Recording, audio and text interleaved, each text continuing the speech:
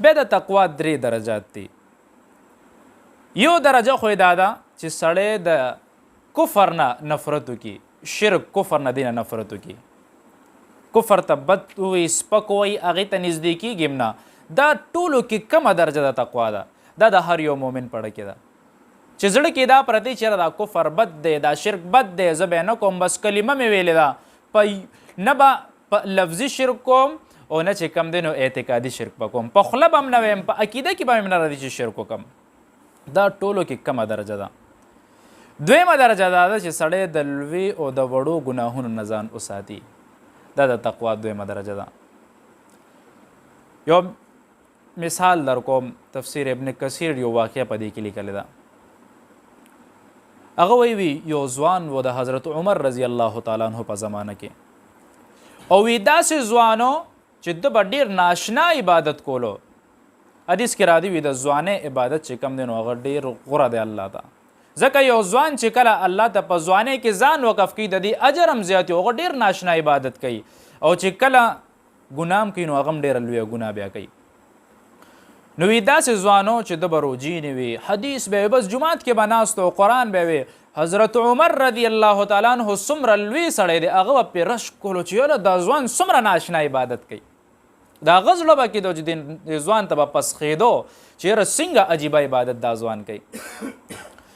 یو ځل دا ځوان په لاره باندې راتلو، د ده ته په دروازه کې یو جینۍ ولاړه وه.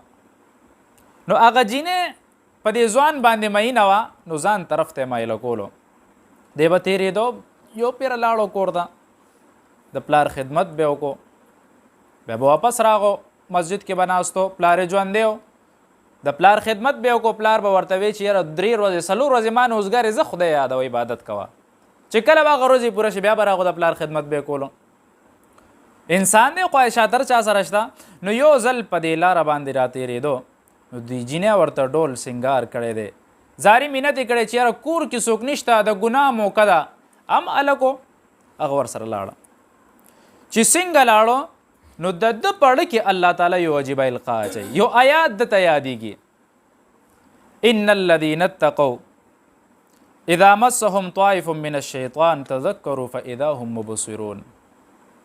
زړه دی چې څنګه دا آیات پروزي نو په دې وخت کې دا انسان بېهوشه شي او راپرېوتو.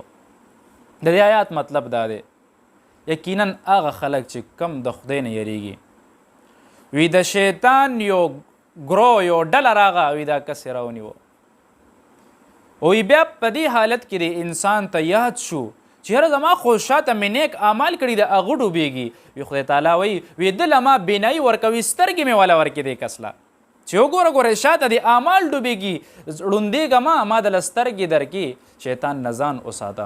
نو چې دا آیات وی راپرېوته بېهوشه شو. ګورئ ټول عمر یو انسان پرهیز کوي، ډاکټر ورته وایي دا مه خوره دا مه خوره، پرهیز کوه.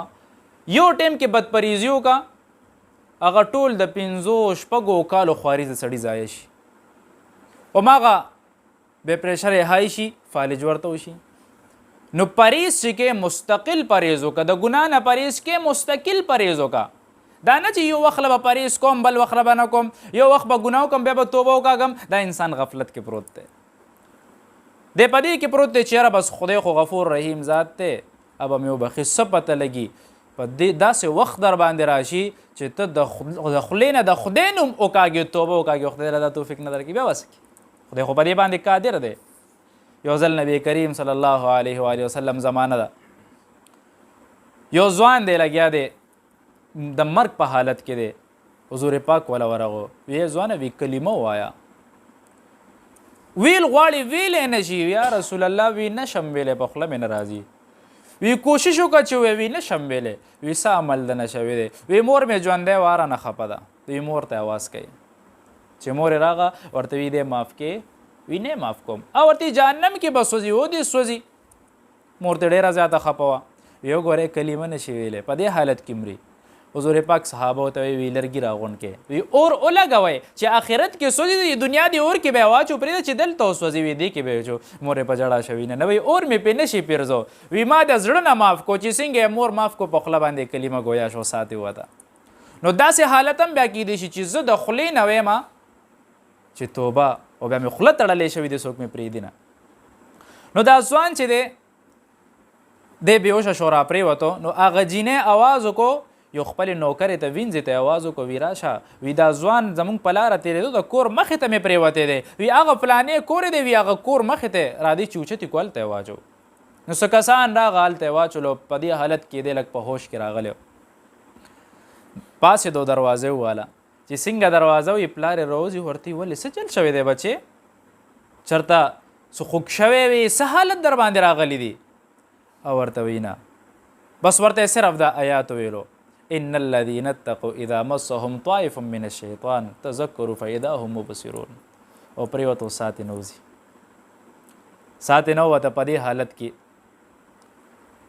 تدفین ارس یو شو. حضرت عمر صاحب خبر شو هغه ځوان نه ښکاري مسجد ته هم نه راځي او پته نه لګي او ورته خو وفات شوی دی وی څنګه وفات شوی دی چې ورشو عمر صاحب هم قبر له راځي پلار هم راځي څنګه راغو ورته وی څه چل پې شوی و څه بیمار و څه حالت یو وی نه دا آیات یې ورته ویلو وی یقینا هغه خلک چې کم د خدای نه ویرېده الله تعالی وی ولمن خاف مقام ربه جنتان وی ستا دپاره خوشحالي ده وی ستا زوی د خدای د یرې د وجې نه مړ شو او وی چې کم سړی د خدای د یرې د وجې نه مړ شي وی الله تعالی هغه له 2 جنتونه ورکوي.